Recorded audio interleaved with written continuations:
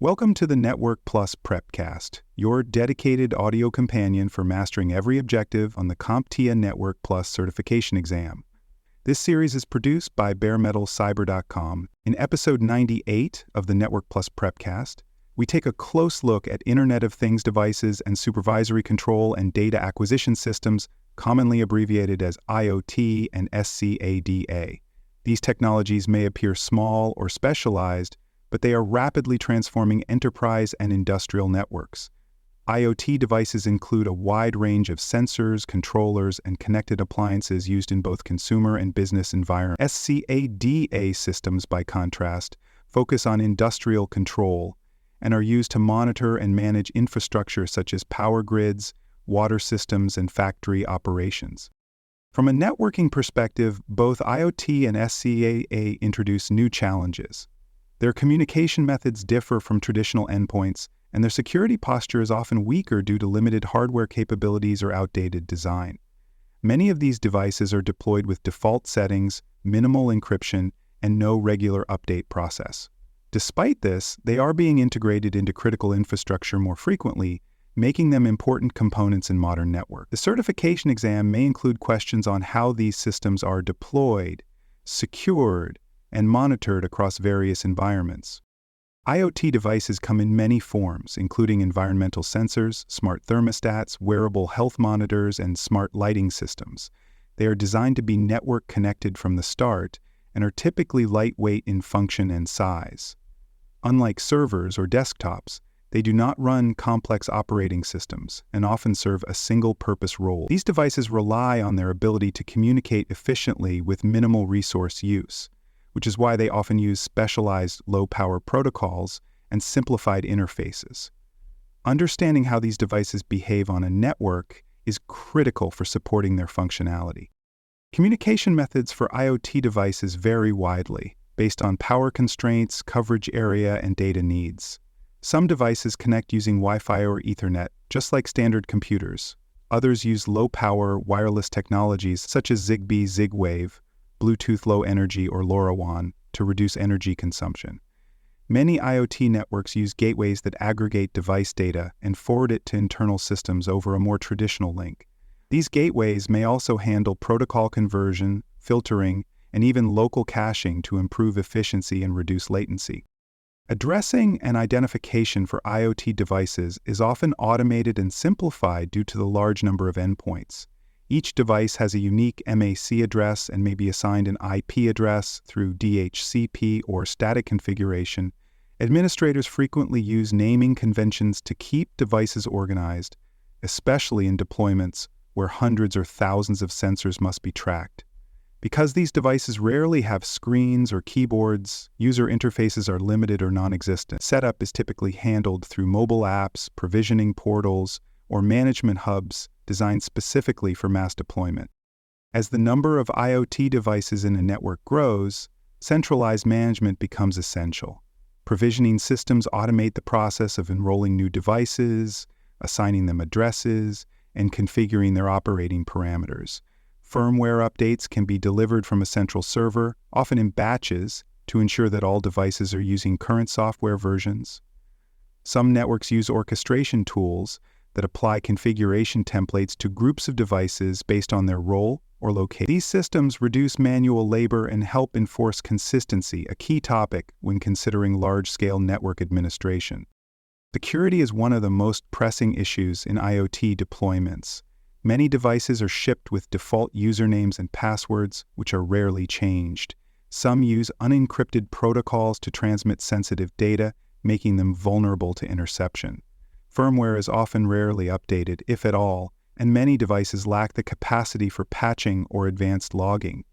These vulnerabilities make IoT devices attractive targets for attackers looking to gain network access or create botnets. The certification exam may ask you to recognize these risks and identify mitigation strategies, such as segmentation, monitoring, or gateway filtering.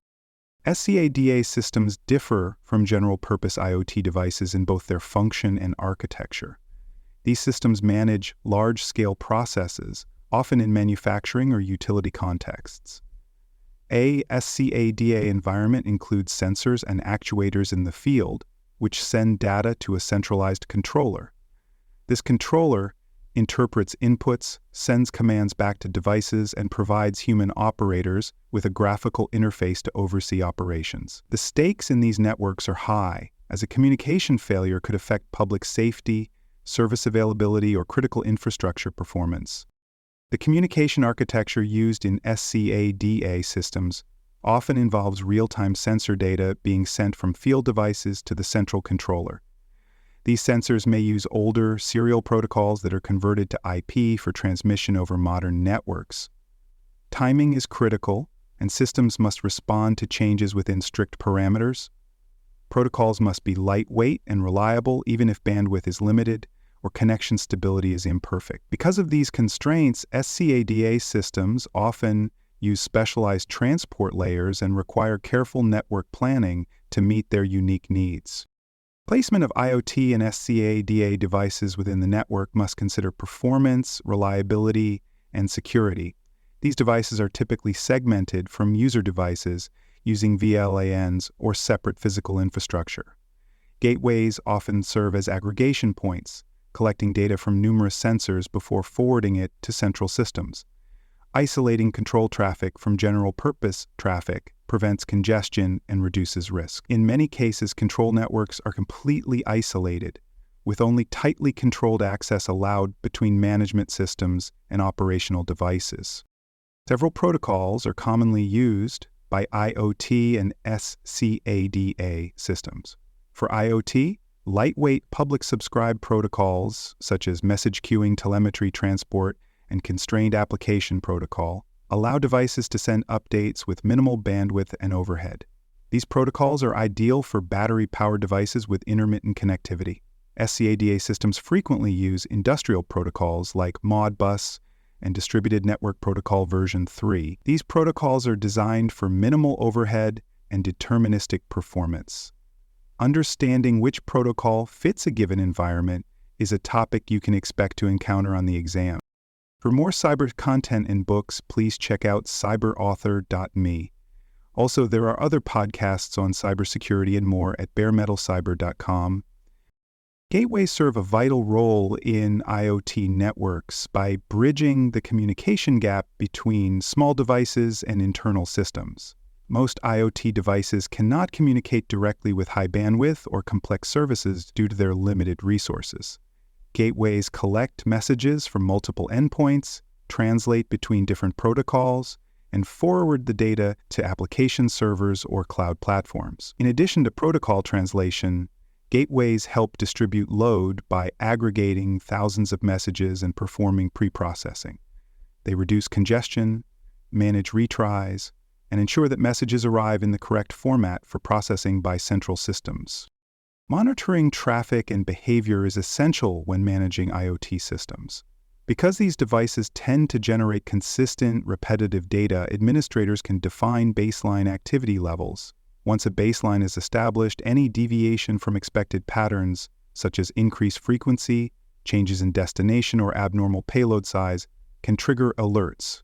These anomalies may indicate misconfigurations, compromised devices, or network faults. Integrating IoT data streams into security information and event management tools allows for centralized analysis, cross-correlation with other alerts, and automated responses to unusual activity.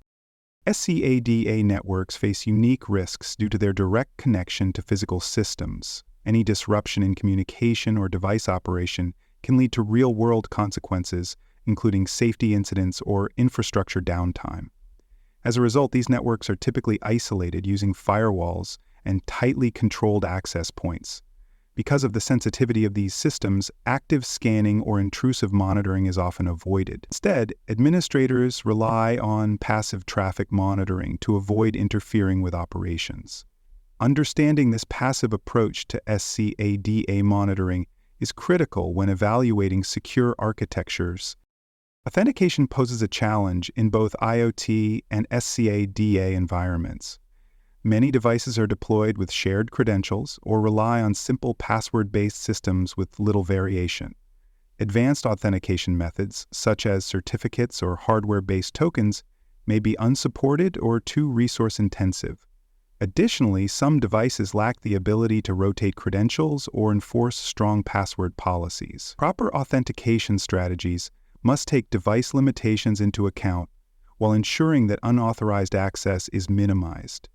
Recognizing these trade-offs and planning accordingly is important for securing device access across the network. IoT network segments can be found across nearly every industry. Smart lighting systems use motion sensors and centralized control panels to reduce energy use.